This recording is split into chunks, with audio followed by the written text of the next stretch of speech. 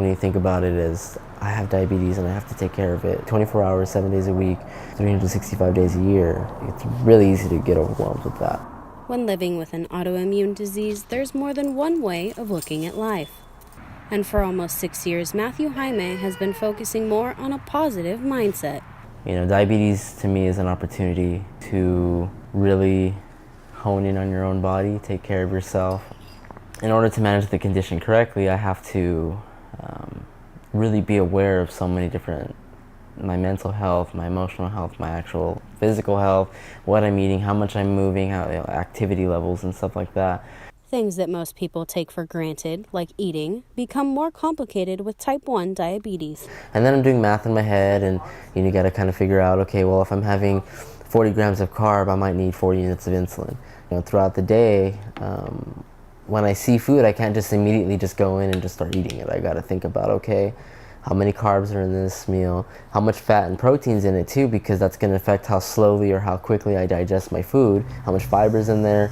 I just try to think about a lot of different things about the content of the food. Technology has made some of his care a little easier. For starters, I'm hooked up to an insulin pump. I'm always connected to this device. Also, I have a CGM on my arm. That would be a continuous glucose monitor. It checks his blood sugar every 5 minutes, allowing him to monitor his numbers on his cell phone. I can access my trends anywhere I want. It's like checking my grades. It's really easy to do, and I can do it anywhere.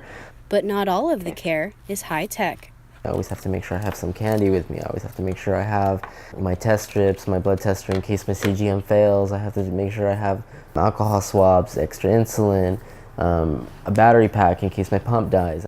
And some of the solutions are not commonly known to the public. Like, I have inhalable insulin now, so people will see me inhale the insulin and they think I'm smoking a vape or smoking pot or something like that, and I get some weird looks.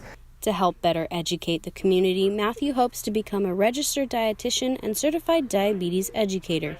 To achieve this goal, he is a student in the dietetics program at Fresno State. He admits it isn't easy.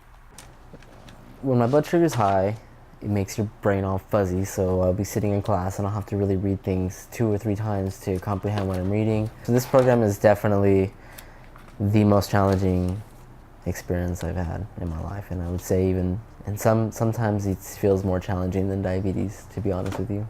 So how does he relax? By going on hikes and being active. And did I mention, he's quite the gardener.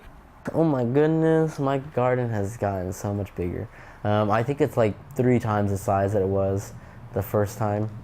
As Matthew's time at Fresno State winds down like his garden in winter, he's almost ready to professionally help other diabetics adapt as he has. Brittney Steele, Fresno State Focus.